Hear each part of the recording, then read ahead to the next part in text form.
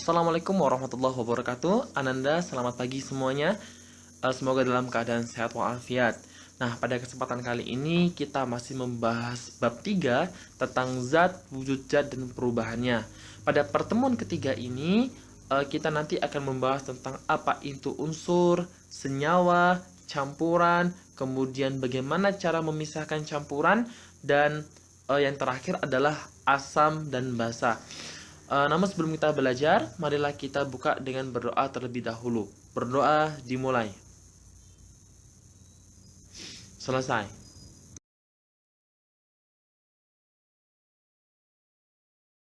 Ananda, pada bagian yang pertama, kita akan belajar tentang unsur.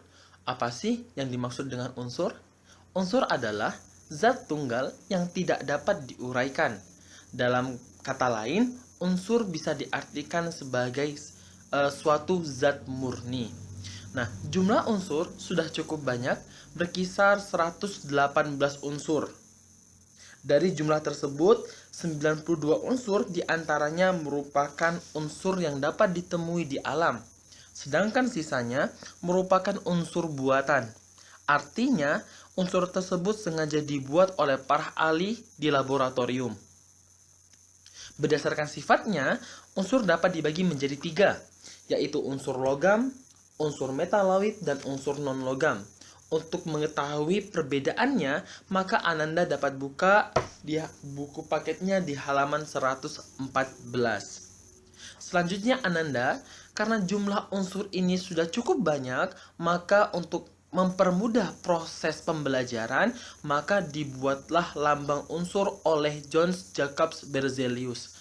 Harapannya, dengan dibuatkan sebuah lambang unsur, maka unsur-unsur dapat dengan mudah dipelajari satu sama lainnya. Contohnya, ada lambang unsur dengan huruf H, artinya adalah hidrogen. Ada lambang unsur O, oksigen. Ada juga lambangnya N, nitrogen, dan seterusnya. Dan unsur-unsur tersebut dapat kita kenali dalam tabel periodik unsur-unsur kimia.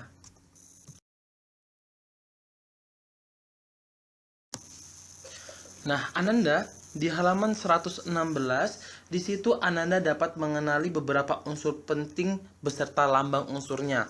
Dan jangan lupa setidaknya Ananda harus hafal setidaknya ada 10 unsur logam dan 10 unsur non-logam. Selanjutnya, kita membahas tentang senyawa. Apa yang dimaksud dengan senyawa? Senyawa adalah zat tunggal yang dapat diuraikan menjadi sederhana. Nah, jadi senyawa ini merupakan gabungan dari unsur. Ya, contoh adalah karbon dioksida. Karbon dioksida itu lambang hurufnya atau tulisan kimianya adalah CO2. Artinya adalah karbon dioksida terdiri dari unsur C, yaitu karbon, dan unsur O, yaitu oksigen. Atau senyawa air. Senyawa air, tulisan kimianya adalah H2O. Di situ terdiri dari unsur H, artinya adalah unsur hidrogen, dan O adalah unsur oksigen.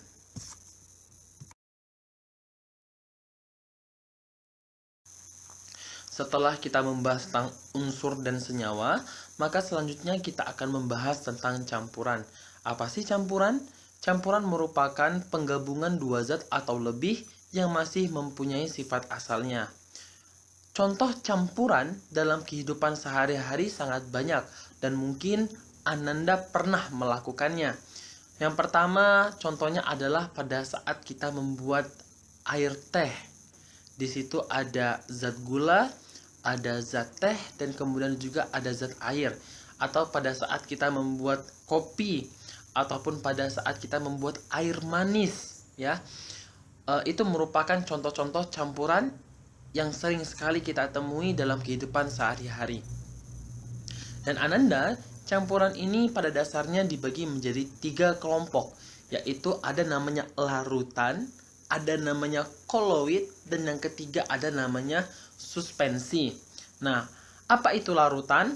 Larutan adalah campuran homogen atau campuran yang sama yang terdiri dari dua atau lebih zat. Contohnya apa? Contohnya air gula. Pada saat kita memasukkan gula, kemudian kita mencampurkannya dengan air hangat, kemudian kita aduk, lama-kelamaan gula yang berada di dalam gelas akan larut di dalam air, sehingga dia membentuk ya campuran yang sama atau menjadi campuran yang homogen. Ini yang disebut dengan larutan. Sedangkan yang kedua, koloid. Koloid ini adalah campuran yang terdiri dari dua atau lebih zat di mana partikel salah satu zat tersebar merata di dalam zat lain. Contohnya adalah air susu ya. Walaupun tampak air dan susu menyatu menjadi satu larutan ya, tampak menjadi satu larutan, namun pada dasarnya jika kita lihat secara lebih teliti, secara mikroskopis, maka sebenarnya susu dan air itu terpisah walaupun tampak seperti menyatu ya. Kemudian yang ketiga itu ada namanya suspensi. Artinya adalah campuran yang terdiri dari dua atau lebih zat dan mengandung partikel padat. Artinya adalah campuran tersebut tidak menyatu atau terpisah secara nyata. Contohnya apa? Contohnya adalah pasir dan air. Pada saat kita mengaduk pasir ya di dalam air, pasir tersebut tidak akan menjadi satu dengan air, tapi dia akan terpisah. Maka terlihatlah tampak ada sisa ya, ada residu atau ada sisa dari pasir. Atau contohnya lain adalah pada saat kita membuat kopi, masih ada sisa-sisa atau masih ada ampas kopi. Itu termasuk contoh suspensi.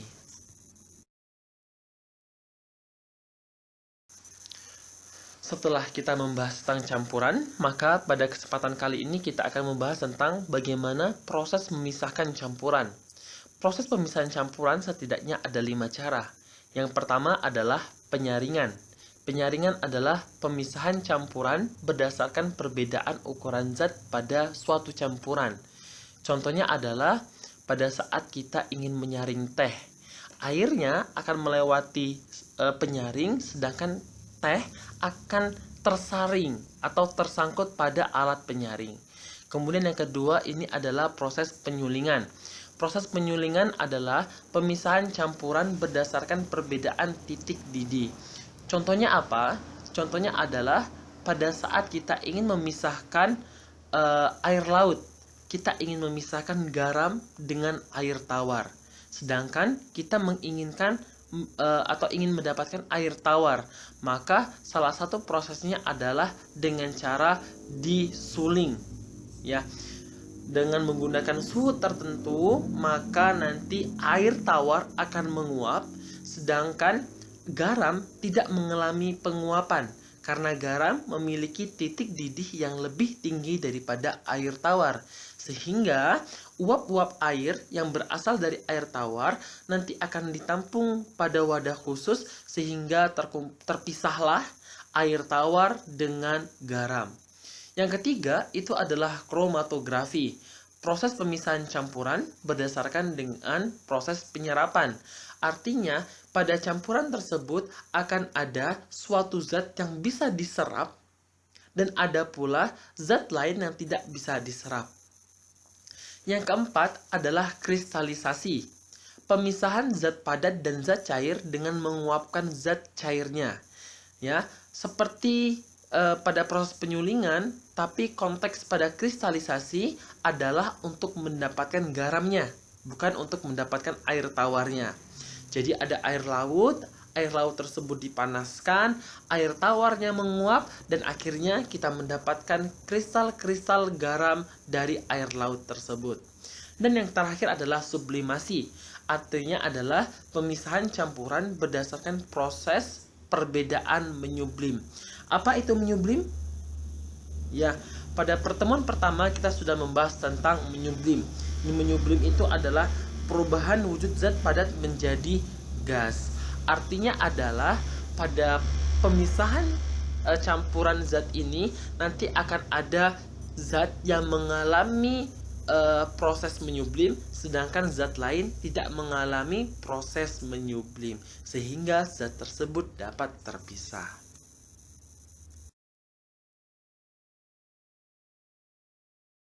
Ananda, selanjutnya kita membahas tentang asam dan basa. Asam adalah zat atau senyawa yang menyebabkan rasa masam pada berbagai materi. Pada dasarnya, asam dibagi menjadi dua, yaitu asam organik dan asam anorganik. Asam organik adalah asam yang berasal dari makhluk hidup. Ya, contohnya adalah asam sitrat yang rasa masamnya berasal dari buah jeruk ataupun buah lemon. Ada juga asam malat yang menyebabkan rasa masam pada buah apel dan buah pir. Ada juga asam tartrat, ada vitamin C, asam asetat, dan asam benzoat yang dihasilkan dari tanaman genus Styrax. Kemudian, asam anorganik ini merupakan asam yang tidak berasal dari makhluk hidup. Artinya, asam ini merupakan asam buatan dari para ahli. Nah, contoh dari asam anorganik adalah asam sulfat, asam klorida, asam nitrat, dan ada juga namanya asam fosfat. Nah, selanjutnya Ananda, ada namanya basa. Basa ini adalah zat atau senyawa yang dapat bereaksi dengan asam. Ketika asam kuat bereaksi dengan basa kuat, maka nanti akan terbentuklah garam yang bersifat netral. Dan jangan lupa Ananda, asam, basa, dan netral ini memiliki pH tertentu. Ya, jika asam pH-nya antara 1 sampai dengan 6 itu disebut dengan asam. Sedangkan basa pH-nya 8 sampai dengan 14. Sedangkan netral pH-nya adalah 7. Contoh-contoh dari basa adalah yang pertama ada namanya natrium hidroksida yang sering digunakan untuk bahan baku membuat sabun. Kemudian ada namanya amonia untuk membuat pupuk. Ada kalsium hidroksida dan ada juga namanya aluminium hidroksida.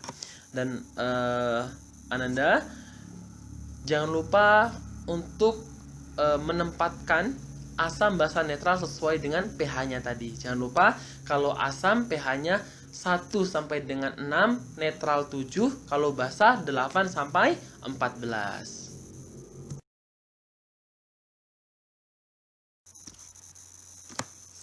Ananda, ini adalah slide terakhir pada materi di bab 3 ini, yaitu tentang indikator asam basa.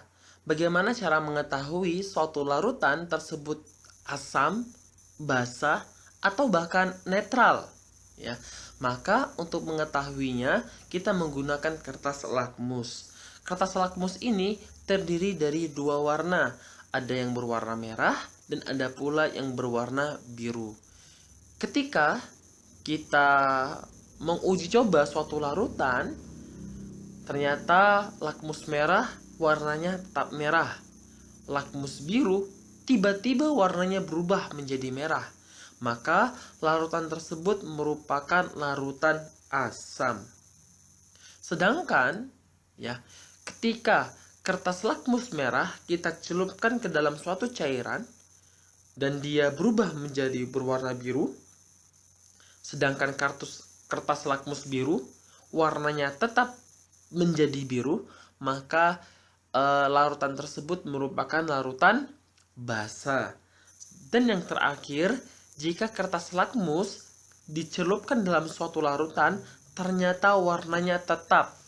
Lakmus merah tetap berwarna merah dan lakmus biru tetap berwarna biru, artinya larutan tersebut bersifat netral ya, atau garam.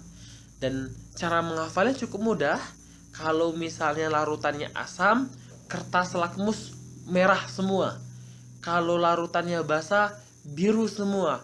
Kalau larutannya garam atau larutannya netral, maka kertas lakmus warnanya tetap. Sampai di sini semoga materinya jelas. Bagi Ananda yang mungkin belum jelas pada materi bab 3 ini, silahkan tanyakan kepada ustadz ataupun ustazahnya, bisa melalui via chat WA ataupun komen di YouTube ini. Terima kasih atas perhatiannya dan jangan lupa untuk mengerjakan soal pilihan ganda pada bab 3. Sampai jumpa pada pertemuan selanjutnya. Wassalamualaikum warahmatullahi wabarakatuh.